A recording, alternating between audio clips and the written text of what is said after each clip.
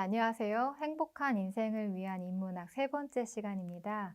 오늘은 철학에서 찾은 행복에 이르는 방법에 대해서 살펴보도록 하겠습니다. 저는 윤지원이고요. 저는 인문학 강사로 활동을 하고 있습니다. 오늘도 여러분들과 진실한 마음으로 함께 성장하고 싶습니다. 행복에 이르는 방법은 무엇인가? 첫 번째 시간에는 행복이란 무엇일까에 대해서 우리가 생각을 해봤고요. 두 번째 시간 행복을 이루는 요소가 무엇인지 생각을 해봤고, 오늘은 행복에 이르는 방법에 대해서 살펴볼 건데, 철학에서 찾은 방법들을 한번 우리가 살펴보려고 합니다. 쇼펜하우어 많이 들어보셨죠? 염세주의랑 이렇게 연결돼서 우리가 알고 있는데요. 쇼펜하우어는요, 예술과 같이 순수한 미적 체험이나 보편적 이데아를 철학적으로 관조함으로써 의지로부터 해방된다고 했습니다. 하지만 예술로 인한 해방은 너무나 일시적이므로 윤리의 길을 제안했습니다. 어떤 느낌인지 혹시 감이 오시나요? 쇼펜하우어는 고통이 전제되었다, 삶에는 그렇게 말을 했었잖아요. 그래서 예술로 인해서 우리가 일시적으로 행복으로 이제 고통에서 벗어날 수 있는데, 그래서 속적 행복이라고 할 수 있는데, 인생은 아름다워, 그리고 쇼생크 탈출이란 영화 보셨나요? 일단 인생은 아름다워란 영화에서 남자 주인공이 수용소에 갇혔을 때 여성 수용소랑 남성 수용소랑 이렇게 구분이 돼 있잖아요. 그래서 어디선가 듣고 있을 아내를 위해서 그 소리를 이렇게 그들이 수용소에 오기 전에, 결혼하기 전에 같이 들었던 오페라, 그 호프만의 뱃노래를 이렇게 수용소 바깥으로 퍼지게 합니다. 그 노래를 듣는 여자 주인공의 마음이 굉장히 눈동자에 많은 감정이 담겨 있는데요. 그 순간에 그곳이 수용소라는 사실 잠시나마 잊고 우리가 과거에 누렸던 그런 행복의 순간으로 또 회상하는 것 같은 그런 눈빛인데요. 쇼생크 탈출에서도 남자 주인공이 감옥에 들어가잖아요. 그때 감옥 안에서는 아름다운 노래들을 듣기가 힘든데, 이 남자 주인공이 하루는 음악을 스피커를 틀어놓은 상태에서 바깥으로 음악이 들리게 합니다. 그래서 그 감옥에 있는 분들이 갑자기 흘러나오는 음악에 이제 어안이 벙벙해 하시긴 하는데, 그 순간에 그 아름다움을 느끼면서 이곳이 감옥이라는 것을 잠시나마 잊는 것 같은 그런 표정이 영화 속에서 보여집니다. 그래서 쇼펜하우어가 말한 이 예술이라는 것은 고통이 전제되는 우리 삶에서 잠시나마 고통을 벗어날 수 있는, 그래서 행복에 가까워질 수 있는 방법이라고 쇼펜하우어가 말을 했죠. 삶의 의지가 충돌하는 것을 막으려면 보편적인 윤리를 깨달아야 한다고 말을 했는데요. 공감이나 동정, 타인에 대한 연민이나 사랑, 그리고 진정한 행복은 의지의 완전한 부정을 통해서 금욕적인 삶을 통해 욕망을 갖지 않는 삶이라고 합니다. 아까 예술로 인해서 잠시나마 고통에서 벗어날 수 있다고 했고요. 윤리, 타인에 대한 연민이라든지 우리가 그런 것들 통해서 쇼펜하우어는 고통에서 벗어날 수 있다라고 말을 했습니다. 쇼펜하우어는 속적인 행복에 대해서 말한 사람을 우리가 잠시 나눴었잖아요. 버트런드 러셀에 대해서 이제 말을 하려고 하는데, 러셀은요, 철학자 러셀은 100세 가까이 살았거든요. 98세였던가요? 그 본인 스스로가 굉장히 행복한 삶을 살았습니다. 그래서 러셀은 행복의 정복이라는 책도 썼고요. 그래서 러셀 본인이 굉장히 행복했다라고 말할 수 있고요. 러셀이 말하는 행복은 킬킬거리거나 킬킬거리게 만들거나 잠깐 반짝하고 사라지는 그런 감정이 아니라, 우리가 경험하는 기쁨과 이 세상의 평온함 가운데 느끼는 감정, 쉽사리 실망하지 않는 감정이 바로 러셀이 전하는 행복이라고 할 수 있는데요. 잠깐 이렇게 흩어지는 잠시만 그 순간만의 그런 정서가 아니라 고요하게 이렇게 평온한 가운데 지속되는 이런 감정을 말을 했습니다. 월트 휘트먼이라는 시인을 아시죠? 이런 말을 했는데요. 바라건대 나 동물들과 함께 살았으면 좋겠네. 그 얼마나 느긋하고 자족하는 모습들인지. 네, 저는 가끔 좀 피곤하거나 좀 스트레스 상황이 있을 때 유튜브에서 고양이를 검색을 하거든요. 그래서 고양이를 검색하면요. 고양이가 나오는 장면들은 사실 고양이가 대부분 자고 있어요. 그래서 어디서나 굉장히 평온하게 자고 있는 그런 모습들을 보면 뭔가 재미있는 것도 아니고 거기서 어떤 뭐 스토리가 있는 것도 아닌데 제가 느끼고 있던 어떤 스트레스나 피로감이 이렇게 쭉 내려가는 그런 기분을 느끼거든요. 월트 위트먼이 말한 이 동물들과 함께 살았으면 좋겠네. 그 얼마나 느긋하고 자족하는 모습들인지 이 말이 전 좀 연결이 되는데요. 이번 생은 처음이라라는 드라마 보신 적 있으신가요?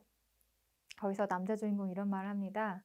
고양이는 신피질이 없어서 시간 개념이 없습니다. 그래서 자고 또 자도 죄책감을 갖지 않아요. 사람은 내가 벌써 20살인데, 벌써 30살인데, 벌써 40인데 이런 시간 개념을 통해서 죄의식을 갖고 죄책감을 느낀다고 하는데 고양이는 신피질이 없어서 그런 마음이 없습니다. 라고 말을 한 장면이 기억에 남습니다. 동물들의 그 느긋하고 자족하는 모습을 어쩌면 사람들이 행복에 이르기 위해 배워야 하는 건 아닐까라는 생각을 하게 됩니다.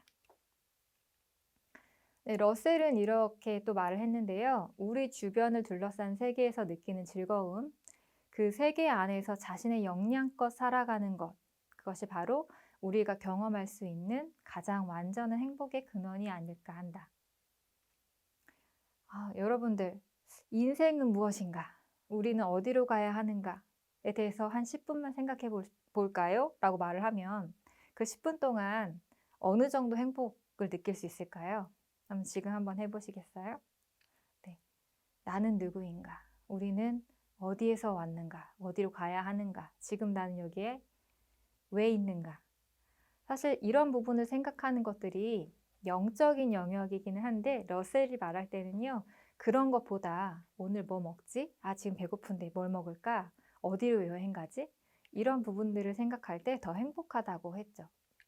뭔가 더 직관적으로, 직접적으로 행복을 쉽게 느낄 수 있는. 네, 좀 이해가 되시나요? 그래서 러셀은요. 쾌락주의는 지나친 방종이나 탐닉이 아니라 우리 주변의 세계에서 기쁨을 취하는 것이라고 했습니다. 쾌락주의라는 말을 들으면 우리 첫 번째 시간에 에피쿠로스 학파와 스토아 학파 비교하면서 금욕주의냐 쾌락주의냐 이런 얘기 나눴었잖아요. 러셀은 쾌락주의가 막 방종하고 쾌락에 빠져들고 이런 탐닉이 아니라 우리가 지금 있는 이 주변 세계, 내가 몸담고 있는 이 주위에서 어떻게 기쁨을 얻을 것인가에 대한 차원이라고 말을 했습니다. 네, 팀 필립스가 이런 말을 했습니다. 주기적으로 인내심을 요구하며 억지로 웃어야 하는 모임이나 약속 혹은 친구 관계가 있는가? 당신이 그걸 싫어하고 늘 싫어했고 앞으로도 계속 싫어할 거라는 사실을 인정하라. 쉽지 않겠지만 벗어나기 전까지 불행의 시간이 연장될 뿐이다. 그러니 하루라도 빨리 탈출을 시도하라. 네, 여러분들 이런 모임 있으신가요? 참고 견뎌야만 하는 곳. 나는 되게 싫은데 웃으면서 있어야 하는 곳. 어떤 모임. 그곳을 빨리 탈출하라고 하는데요. 어떤 의무감에 그 자리를 지켜야 하는 곳은 사실 나를 행복에 이르도록 돕지는 않습니다. 책임감으로 인해서 그 자리를 지켜야 할 수도 있지만 친목 관계를 통해서 우리가 행복을 사실 느낄 수 있는데 그런 모임들이 나에게 의무로만 다가오고 그곳에 있는 게 너무너무 힘들다면 그런 관계들을, 그런 모임들을 줄여야 하지 않을까요? 나의 행복을 위해서라면. 네. 그런 모임들을 되게 많이 유지하고 있으면서 행복해지고 싶다. 이거는 사실 같이 갈 수 없는 길인 것 같기도 합니다. 빨리 탈출하시길 바라고요. 네, 그루초 막스가 이런 말을 했습니다. 별것 아니지만 나는 나 자신을 행복하게도 불행하게도 만들 수 있다. 나한테는 그런 능력이 있다. 네, 나의 행복을 결정하는 것들은 주관적인 나의 마음, 나의 생각이잖아요. 어떤 방식으로 생각을 할지도 사실은 내가 정할 수 있죠. 누군가가 나에게 행복해져라, 행복해져라 한다고 해서 내가 행복해지는 것도 아니고, 불행해져라, 불행해져라 한다고 해서 내가 불행해지는 것도 아니죠. 사실은 그 모든 마음들이나 생각은 나에게로부터 시작하는데, 내가 할 수 있다고 생각하는 것, 그리고 내가 할 수 없다고 생각하는 것, 그 양쪽을 선택할 수 있는 거는 사실은 자기 자신이라고 할 수 있습니다. 우리는 스스로의 단점에 집중하기 때문에 행복에서 멀어진다라고 버트런드 러셀이 말을 하는데요. 여러분들 어떠신지 한번 곰곰이 생각해 보시면 좋겠습니다. 나는 나의 장점에 집중하는가? 나는 나의 단점에 집중하는가? 어떠세요? 뭔가 제가 얼마 전에 향상심과 자족에 대한 글을 쓴 적이 있거든요.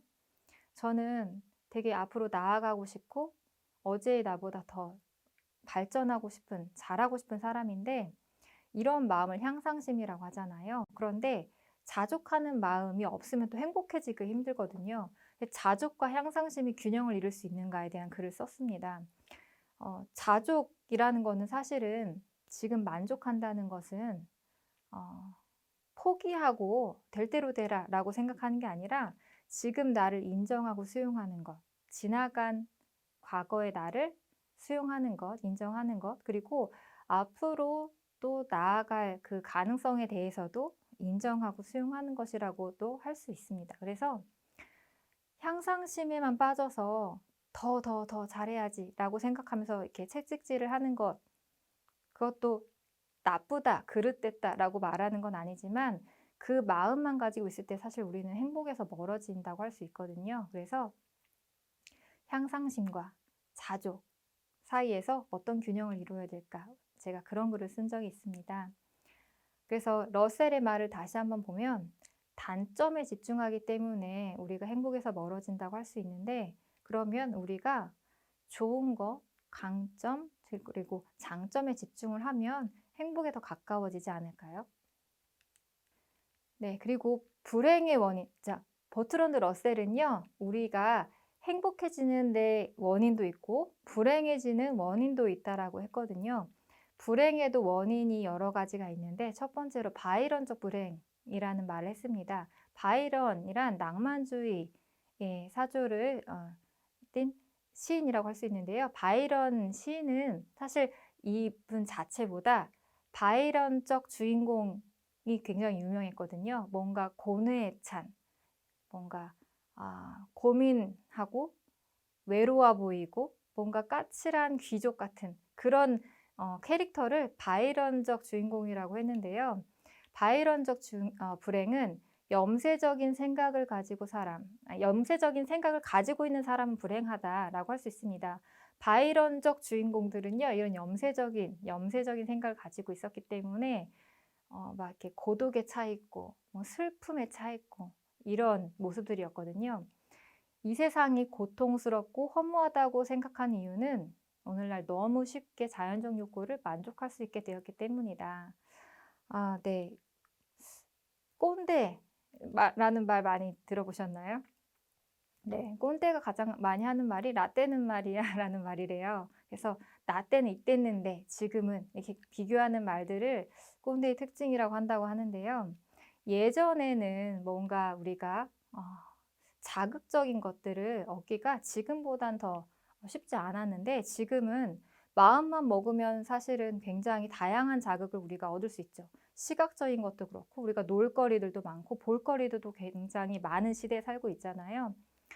먹을 것도 마찬가지죠. 그래서 오늘날에는 어떤 이런 욕구들을 만족하는 게 너무 쉽기 때문에 우리가 고통스럽고 허무하다고 생각할 수도 있다라는 러셀의 말이 일리가 있구나라는 생각을 하게 됩니다. 팀 필리스가 이런 이야기를 했습니다.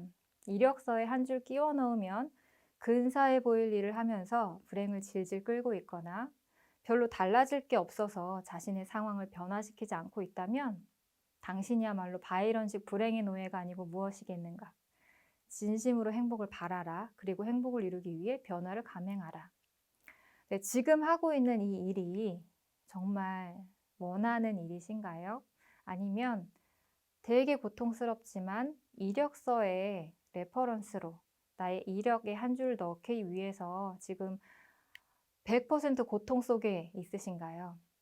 틀렸다라고 말하고 싶지 않습니다. 이건 사실 누군가가 틀렸다고 말하거나 그릇됐다고 말할 자격이 없죠. 그런데 그런 고통 중에 있는 과정이 있으시다면 지금 행복하진 않은 상태이지 않겠는가라고 팀 필리스가 말하고 있습니다. 어떠신지, 내가 지금 하고 있는 일이 내가 원하는 일이고 어떤 과정이라고 생각하시는지, 아니면 나의 경력상의 한 줄을 위해서 지금 참고 버티기만 하고 있는 것인지 한번 생각을 해보시면 좋을 것 같습니다. 네, 러셀이 말한 불행의 두 번째 원인은요, 경쟁인데요. 경쟁은 비교를 통해서 하잖아요. 그래서 현대인들은 성공 그 자체를 위한 경쟁을 한다. 그리고 남보다 우월해지기 위해 힘든 삶을 산다. 건전하고 조용한 즐거움을 삶의 한 부분으로 수용하라. 그래서 방법 중에 하나로 모든 전원을 꺼보라. 전자기기 전원을 한번 다 꺼보시는 거죠. 그럼 굉장히 고요한 적막감을 느낄 수 있는데요. 남보다 우월해진다는 거는 비교를 통해서죠. 누군가보다 내가 굉장히 나은 것 같아. 그럼 기분이 좋은데 이 기분 좋은 마음은요. 사실은 가짜 위로라고 할 수 있는데요. 1인자, 세상에서 1인자가 되기 전에는 누군가 나보다 항상 앞서 나가고 있는, 비교했을 때 우월해 보인 누군가 있죠. 내가 누군가보다 우월해 보일 때는 나보다 우월한 사람도 있다는 얘기일 수 있잖아요. 누군가로부터 우월함을 느끼는 것은 오래 지속되는 행복도 아니고 네, 진정한 행복이라고 할 수 없죠. 그래서 러셀은 모든 전원을 꺼놓고 비교와 경쟁이 아닌 고독감 속에 나와 나의 내면과 한번 만나보라. 누군가와 비교를 하는 게 아니라 라고 말을 하고 있습니다. 네, 세 번째 원인은 권태라고 말을 했는데요. 권태가 오는 이유는 지금 현재 상태보다 더 좋은 상태를 상상하면서 현실과 상대적으로 비교하기 때문이라고 하는데, 여기도 비교라는 단어가 나왔죠. 위대한 삶에도 권태로운 기간이 포함되어 있다는 것을 알아야 한다. 네, 우리가 되게 재미있는 소설을 읽을 때도요. 어떤 소설 최근에 읽으셨나요? 아니면 지금까지 읽은 소설들, 책 중에 어떤 기억나는 책이 있으신가요? 소설이 있으신가요? 그 모든 100% 줄거리가 다 재밌기만 하진 않으셨을 것 같아요. 어떤 부분은 스토리를 위해서 좀 지루할 수도 있는 부분을 지나거든요. 우리의 삶에도 그런 부분, 조용하고 어쩌면 권태로운 그런 부분들이 포함되어 있다. 우리가 생각하는 위대한 인물이라고 생각하는 그들의 삶 속에서도 권태로운 기간은 포함되어 있다라는 말이죠. 권태는 누구에게나 찾아오는 자연스러운 현상이라고도 할 수 있고, 자극이 아닌 조용함 속에 참된 기쁨을 느끼라고 합니다. 지금 이 러셀이 말하는 권태는 쇼펜하우어가 말한 권태랑 조금은 다른 것들을 혹시 느끼실 수 있을까요? 쇼펜하우어가 말했던 권태는 원하던 것들이, 고통 중에 원하던 것들이 이루어졌을 때 그 즉시 권태가 찾아온다고 했잖아요. 러셀이 말한 것은 현실과 더 좋은 상태를 비교하기 때문에 비교적 지금이 마음에 안 드는, 만족하지 않는 상태가 된다는 약간 다른 개념으로 우리가 받아들일 수 있습니다. 네, 팀 필리스가 이런 말을 했습니다. 명상은 머릿속에 있는 목소리를 잠재우는 게 아니다.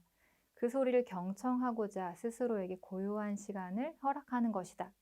내 안의 목소리를 듣기 위해 명상 스승이나 CD가 필요한 건 아니다. 하지만 꼭 필요한 게 있다.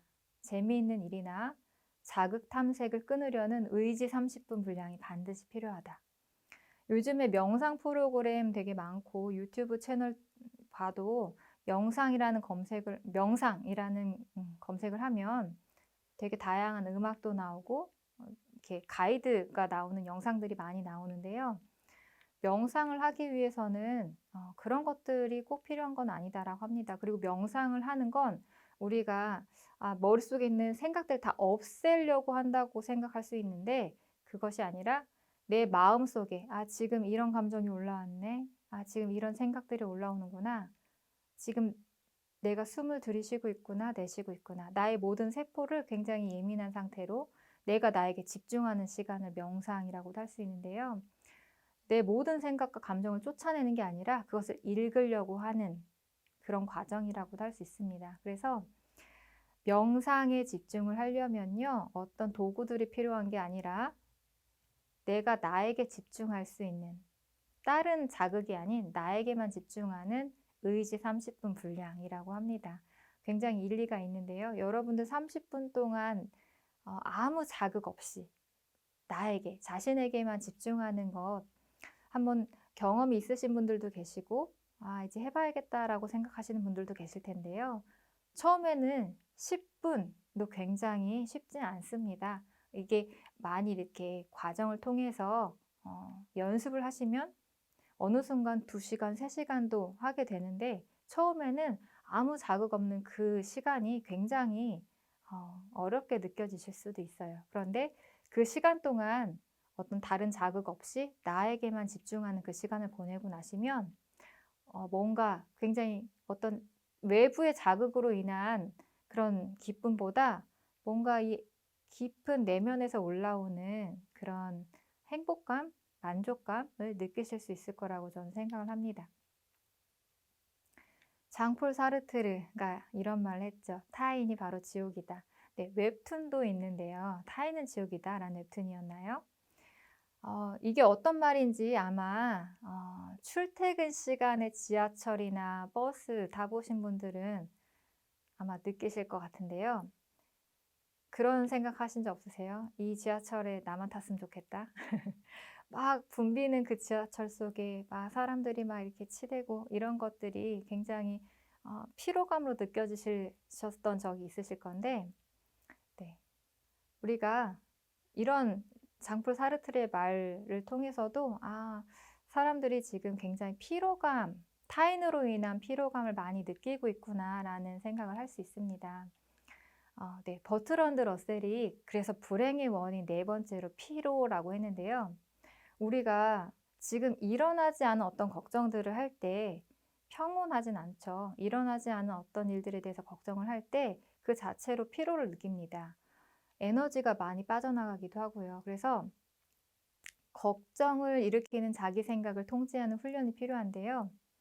그렇게 중요한 건 아니야 그게 라는 훈련을 하라고 버트런드 러셀이 말했는데 이런 이야기 있잖아요. 걱정해서 걱정이 없어진다면 이 세상에 걱정이 없겠네. 네. 걱정은 사실은 의미가 없다고도 할 수 있는데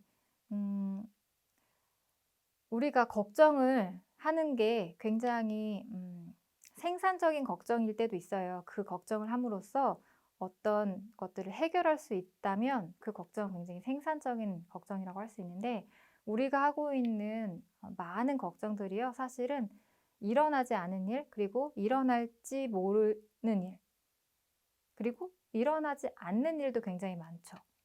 내일 당장 지구가 멸망하면 어떡하지? 라는 걱정하시는 분 분명히 계실 건데 내일 당장 지구가 멸망할 수 있는 가능성은 있지만 우리가 지금 걱정한다고 해서 만약에 내일 일어날 일이 일어나지 않는 건 아니잖아요. 그래서 걱정이라는 그 안에 빠져 있느라 피로감을 느끼진 않고 있는지, 그래서 우리가 행복에서 좀 멀어지고 있는 건 아닌지 생각해 보면 좋겠고요.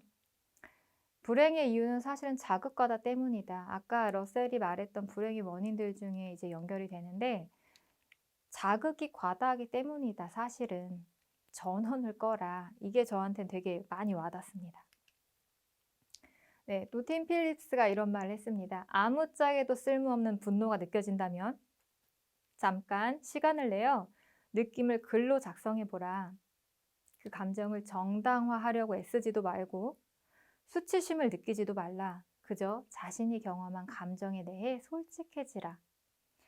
자기 감정을 표현하는 것이야말로 러셀이 말한 신경위생법으로 향하는 첫걸음이다 라고 말을 했는데요.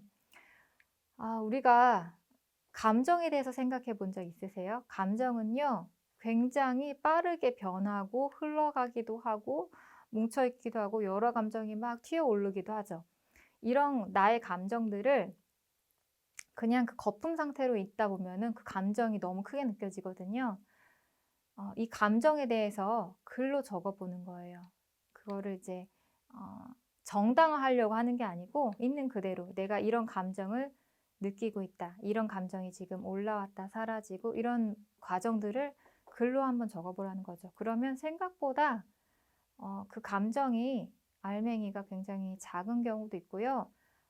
생각하지 못했던 어떤 부분을 발견하기도 합니다. 그래서 글로 적어보는 것들을 추천을 저도 드립니다.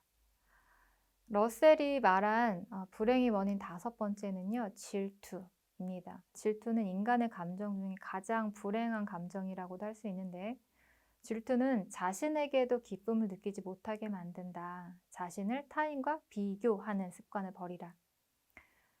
나 혼자만 있다면 누군가를 질투할 일이 없겠죠. 그런데 우리가 누군가와 비교하고 타인을 앞에 세워놓기 때문에 내가 가지지 못한 것처럼 보이는 그가 가진 것을 부러워하는 마음이 질투로 또 연결되기도 하고 시기로 연결되기도 하죠. 그래서 굉장히 이 질투는 생산성이 없는 감정이라고도 할 수 있습니다. 많이 슬프기도 하고 씁쓸한 감정이기도 하죠. 불행하게 행복에서 멀어지게 만드는 감정이라고도 할 수 있죠.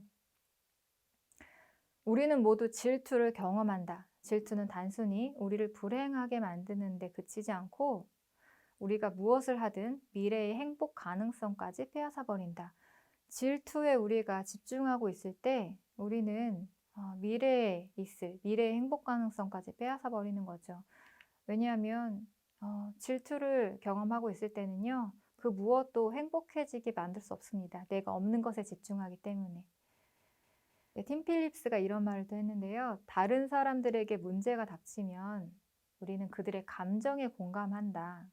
말하자면 그들의 고통에 공감하는 것이다. 하지만 다른 사람들이 성공을 거둘 때 그들의 기쁨에 공감하는 것 역시 아주 중요하다.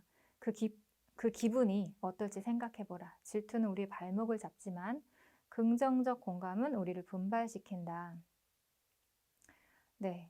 우리가 누군가 슬픈 일을 당했다, 어떤 힘든 일을 당했다 할 때 공감하잖아요. 그 감정에, 고통에 공감하잖아요. 그런데 타인이 어떤 성공을 이뤘을 때나 아니면 어떤 좋은 일이 일어났을 때 우리가 질투라는 감정으로 많이 느끼게 되는데 노력할 수 있죠. 우리가 그들의 고통에 공감했듯이 우리가 그들의 기쁨, 얼마나 기쁠까, 야, 얼마나 기분이 좋으니 라고 공감할 수 있는 거죠. 네, 제가 얼마 전에 영상을 봤는데 김창호 교수님의 영상이었는데 이렇게 말을 해보라고 말하는 그게 제일 인상적이었는데요. 내가 이렇게 기쁜데 넌 얼마나 기쁘겠니? 라는 말이 한번 해보라고 이렇게 말씀하시는 부분이었는데 어떤 사람의 기쁨에 공감하는 게 또 그런 것이지 않을까? 와, 되게 기쁘겠구나. 정말 얼마나 자랑스러울까? 우리가 그렇게 상대방의 긍정적 감정에 공감을 하면요. 질투가 아니라 나의 마음에도 기쁨이 함께 올라올 수 있는 거죠. 그래서 질투의 감정에 빠져서 고통을 받을지 상대방의 긍정적 감정을 그 감정에 공감해서 나도 함께 그 감정을 누릴지 어떻게 할지는 자신의 선택이라고 할 수 있습니다. 네, 6번째 불행의 원인은 죄의식인데요. 우리 어떤 것들을 되게 원하거나 되게 바라거나 할 때 내가 이래도 되나? 죄의식이 있을 수 있거든요. 이것은 유아기에 받은 도덕 교육의 원인이라고 하는데 러셀은 죄의식의 원인을 이성적 사고로 바탕으로 검토하라. 만약에 죄의식이 올라왔다. 그러면 이것이 정말 내가 잘못을 느끼는 게 맞는지 이성적으로 검토하라는 거죠. 어떤 것들을 원할 때 이거 내가 이렇게 원하는 것은 잘못된 일이야 라는 마음이 확 올라올 때 정말 그런가? 한번 물어보라는 거죠. 정말 내가 이 죄의식을 느끼는 게 맞는가? 우리는 사실 굉장히 어렸을 때 받은 교육으로 인해서 많은 것들을 이렇게 차단하고 있는 상황에 놓여 있습니다. 그래서 나도 모르게 들어오는 이런 마음들을 이성적 사고로 한번 검토해 보라는 거 굉장히 저에게도 필요한 조언이라고 생각합니다. 데니스 밀러가 이런 말을 했습니다. 지금까지 가장 거대한 음모라는 게 아예 존재하지 않는다는 사실이다. 네, 트루먼 쇼라는 영화 보신 적 있으시죠? 그 영화는 어떤 스튜디오 안에 태어날 때부터 그 안에서 살았던 주인공에 대한 이야기가 펼쳐지는데요. 그 영화를 보고 난 다음에 많은 사람들이 이런 생각을 했다고 해요. 나도 혹시 몰래 카메라로 지금 이 세상에 내가 지금 트루먼 같은 그 남자 주인공 같이 지금 나를 찍고 있는 거 아닐까? 라는 생각을 하는 사람들이 많았다고 하는데요. 진짜 거대한 음모는 음모 자체가 존재하지 않는다는 사실이다 라는 이 데니스 밀러의 말이 되게 허무하게도 들리는데 되게 명쾌하게도 들리기도 합니다. 네, 러셀이 말한 불행의 원인 7번째는요. 피해망상이라고도 하는데 자신의 동기가 항상 이타적이지 않음을 자각하라. 이 말은요. 나만 피해보고 있어. 나는 지금 뭔가 억울해. 저 사람이 날 이렇게 생각하는 것 같아. 저 사람은 이런 의도로 나한테 이런 말을 한 것 같아. 피해망상은 사실일 때도 있고 아닐 수도 있는데요. 나의 동기는 항상 이타적인가? 라고 질문을 해보면 타인도 그럴 수 있다라고 생각이 들기도 합니다. 그래서 나의 동기가 항상 이타적이지 않음을 자각하라 라는 이 러셀의 조언이 되게 와닿고요. 자기 자신의 장점을 과대평가하지 말라. 내가 그렇게까지 이렇게 존재감이 엄청나게 큰 사람은 아닐 수 있다라는 거. 스스로를 너무 작게 평가하는 것도 좋지 않지만요. 스스로를 너무 과대평가하는 것도 불행의 원인이라고 할 수 있다는 거죠. 그래서 타인이 나에게 관심을 쏟을 것이란 지나친 기대를 버리라. 그리고 음모는 우리 행복에 방해가 된다. 우리 요즘에 SNS 많이 사용하시잖아요.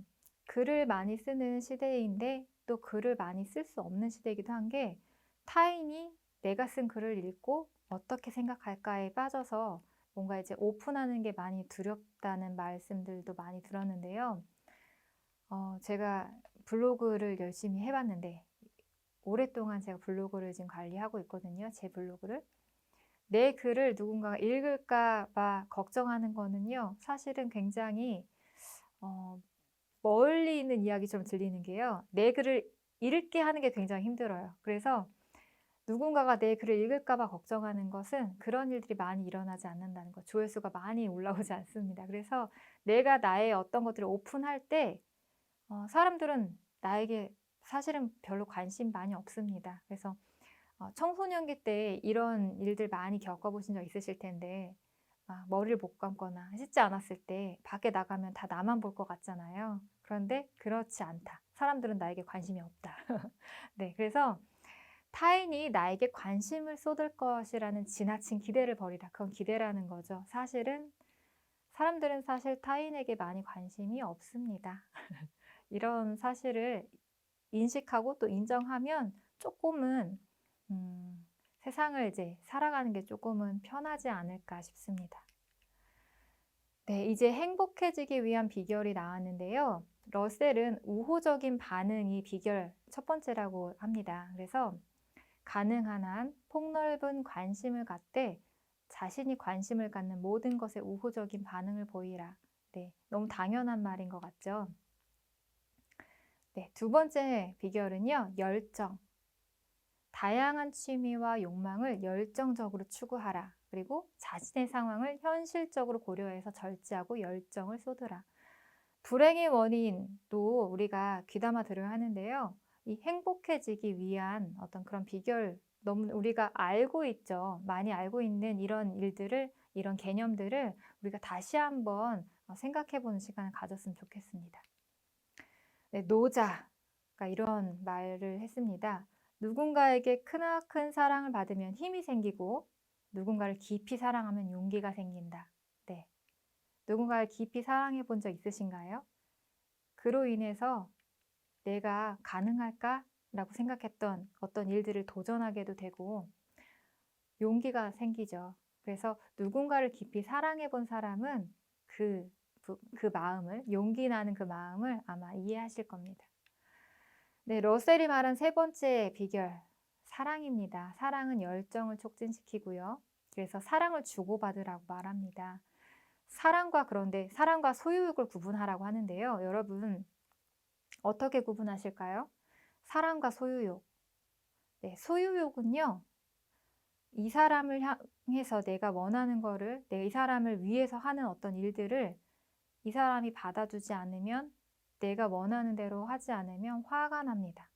누군가에게 화를 느낀다면 그것은 사랑이 아니라 소유욕에 가깝다고 할 수 있습니다.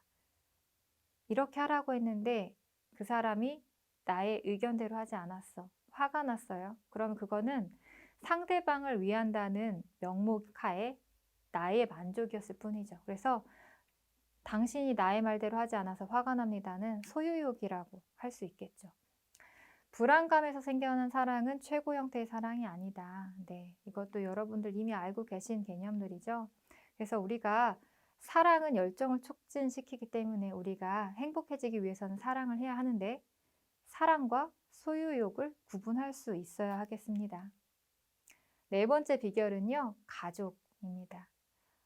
지금 미혼이신 분도 계시고 기혼이신 분도 계실 건데 기혼이신 분들 중에서도 자녀분들이 있으신 분도 계시고 없으신 분도 계실 건데요. 부모가 되는 것은 인생에서 지속적인 행복을 얻을 수 있는 중요한 방법이다 라고 합니다. 네. 아마 부모이신 분들은 이 말이 어떤 의미인지 아마 이해가 되실 것 같은데요. 부모가 된다는 것은 사실은 인생에서 경험해보지 못했던, 못할 것 같은 것들을 경험할 수 있는 일이라고도 하고 우주가 바뀌는, 나의 세계가 바뀌는 일이라고도 하죠. 네. 부모가 되고 나면 자녀가 생기는데 자녀의 인격을 존중하라라는 말이 어떻게 들리시나요? 자녀는 나의 소유인가요? 자녀들이 나의 마음대로, 나의 양육하고자 하는 그런 그 가치대로 잘 그 길을 따라가든가요? 네.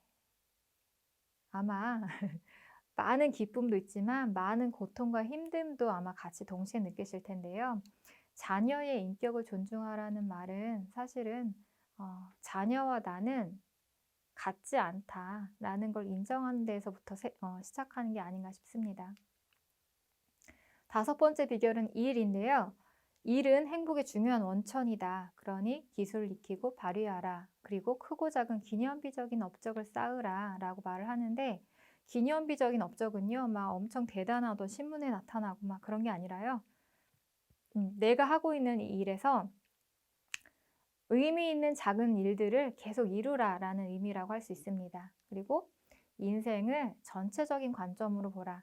당장 실패한 것 같고 뭔가 의미 없는 것 같은 일들이 있잖아요. 그런 일들을 전체적인 어떤 인생을 조망하듯이 보면 이 일들이 연결되어서 사실은 어떤 큰 그림 안에서 의미가 있을 수 있거든요. 그래서 지금 일어나는 일에만 집중하는 게 아니라 조금 더 긴 관점으로, 저 넓은 관점으로 한번 보라라는 러셀의 조언입니다.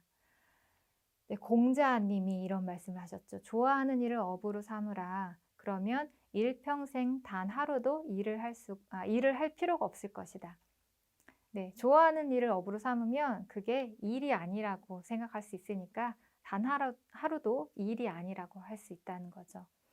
어떠신가요? 좋아하는 일을 하고 계신가요? 지금 일하고 계신가요? 아니면 좋아하는 어떤 활동을 하고 계신가요? 네, 쉽지 않은 일이지만 아마 이것들을 이루고 계신 분들이 분명히 계실 거거든요. 네, 팀 필립스가 이런 말을 했습니다. 영화평론가 마크 커모드는 영화 비평과 재즈 연주를 병행하고 있는데요. 그래서 균형을 유지하고 있는데 일부러 자신의 본업과 가능한 한 멀리 떨어진 것을 선택했다. 일 때문에 머릿속이 윙윙 된다면 그 일과는 전혀 다른 무언가를 택해서 시도해보라. 영화 비평은 한자리에 앉아서 이렇게 글을 쓰는 거잖아요. 그런데 재즈 연주라는 것은 다른 사람과 이렇게 같이 하는 거잖아요. 그래서 이 일과 되게 멀리 떨어진 일들을 균형을 가지는 것들이 나의 행복에 가깝게 한다라는 조언입니다. 6번째 조언은 일반적 관심입니다. 자기와 직접 관련이 없는 것에 관심을 가지라. 인류는 지구상에서 매우 짧은 시간을 살아가는 하찮은 존재인 동시에 한 개인은 다른 무엇보다 무한한 가치를 지닌 위대한 존재다. 자기 자신에 대해 균형 잡힌 시각이 필요하다. 네. 내가 지금 하고 있는 이 일, 아니면 특정 어떤 일에만 관심을 가지는 게 아니라 다각도로 내가 관심이 없는 분야의 것에도 관심을 가지라는 말인데요. 네, 어떤 영화에 이런 장면이 있었던 것 같아요.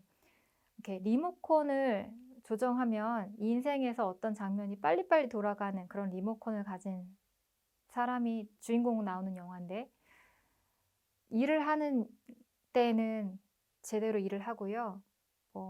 본인 생각할 때 중요하지 않은 배우자와의 어떤 대화라든지 신경 쓰고 싶지 않은 어떤 자녀들과의 불화라든지 여러 가지 어떤 많은 일들을 자신이 중요하지 않다고 생각할 때마다 리모컨을 돌렸대요. 그래서 나중에는 보니까 늙어서 보니 뒤를 돌아보니 나의 인생을 돌아보니 사실 그런 부분들을 리모컨을 돌린 이 나의 시간들이 사실은 굉장히 중요했던 부분이었다는 걸 깨닫거든요. 자기와 직접 관련이 없는 것 또는 없어 보이는 것에 관심을 가지라는 것은요, 우리에게 굉장히 우연한 기쁨들을 많이 만들어주기도 합니다. 네, 다음 비결은 노력과 체념의 조화인데요. 불가피한 불행을 만났을 때 시간과 감정을 허비하지 않기 위해 체념할 줄도 알아야 한다. 어떤 일이든 최선을 다해 노력하되 결과는 운명에 맡긴다는 체념의 태도가 필요하다. 체념이라는 단어가 좀 불편하실 수도 있는데요. 과정에 집중하되 결과에 순응하거나 아니면 결과를 받아들이라 라는 말로도 우리가 이해할 수 있을 것 같습니다. 네, 프리츠 펄스의 게슈탈트 기도문이라는 부분을 제가 읽어드릴 건데요. 한번 보실게요. 나는 나의 일을 하고 너는 너의 일을 한다. 나는 너의 기대에 부응하기 위해 이 세상에 있는 것이 아니다. 너는 나의 기대에 따르기 위해 이 세상에 존재하는 것이 아니다. 너는 너, 나는 나. 만약 우연히 우리가 서로를 발견하게 된다면 그것은 아름다운 일. 만약 서로 만나지 못한다고 해도 그것은 어쩔 수 없는 일. 네. 류시화 시인이 이렇게 엮은 마음챙김의 시라는 책에서 제가 가져왔는데요. 지금 방금 말한 이 노력과 체념의 조화가 굉장히 연결되는 글이라고 생각을 합니다. 네, 존 애덤스가 이런 말을 했습니다. 슬픔 덕분에 진지하게 성찰하는 습관이 생기고 지성이 예리하게 발휘되며 감성이 부드럽게 흘러넘친다. 네. 우리에게 슬픔이라는 감정은 없었으면 좋겠다 또는 행복에 도움이 되지 않는다고 생각할 수 있는데요. 슬픔이라는 감정 덕분에 성찰하는 습관이 생긴다라고 할 수 있습니다. 그리고 어떤 것들이 중요한지 내가 알 수 있는 계기가 되기도 하죠. 네, 다음 비결은요. 외부를 향한 관심입니다. 그래서 자기 자신만 사랑하는 사람은 필연적으로 권태에 빠진다. 세계 전체와 미래 세대에게까지 관심과 애정의 범위를 확대하라. 지금의 나만이 아니라 세계 전체 그리고 미래 세대까지 관심을 확대해보라. 그리고 자신을 초월해서 세계 전체 다양한 관심을 확대하라. 그러니까 우리가 프레임에 나왔던 그 부분을 같이 읽어봤잖아요. 내가 하는 일이 사실은 지구적인 관점으로 봤을 때 이런 의미가 있어. 굉장히 조금 다른 의미로 좀 해석이 되기도 하죠. 네. 마크 트웨인이 이런 말을 했습니다. 스스로 기운을 북돋우는 최고의 방법은 다른 누군가의 기운을 북돋우려 애쓰는 것이다. 아마 경험이 있으실 것 같은데요. 네, 우리가 오늘 이렇게 철학에서 찾은 행복에 이르는 방법에 대해서 찾아봤는데, 그러면 나는 무엇으로 행복해지나? 이런 철학자들이 말한 것들을 우리가 살펴봤는데, 나는 어떤가? 나는 무엇으로 행복해지나에 대한 질문을 한번 담아 보시고 한번 머물러 보시기를 네, 권해드립니다. 네, 이런 책들에서 참고를 했고요. 네, 다음 시간에는 심리학에서 찾은 행복에 이르는 방법에 대해 나눠보도록 하겠습니다. 네, 감사합니다. 윤지원이었습니다.